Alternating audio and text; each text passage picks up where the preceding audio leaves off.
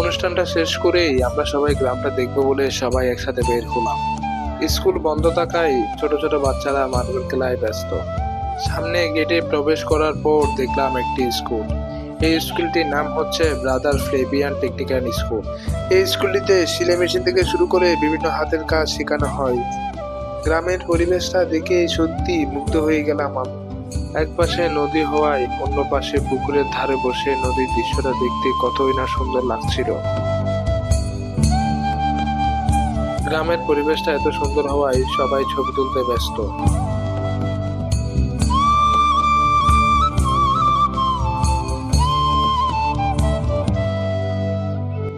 পুকুরের পাশ দিয়ে যখন আমরা হেঁটে যাচ্ছিলাম, হঠাৎ চোখে পড়ে বড়ই গাছ।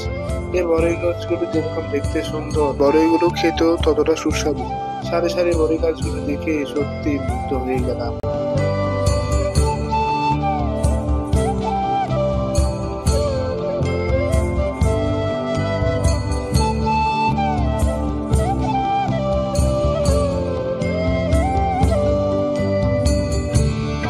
আমরা এখন চলে যাচ্ছি দিয়াং পাহাড়ে। দিয়াং পাহাড় হচ্ছে খ্রিস্টান অবলম্বীদের তীর্থস্থান। এই পবিত্র স্থানটা ঘুরে দেখবো।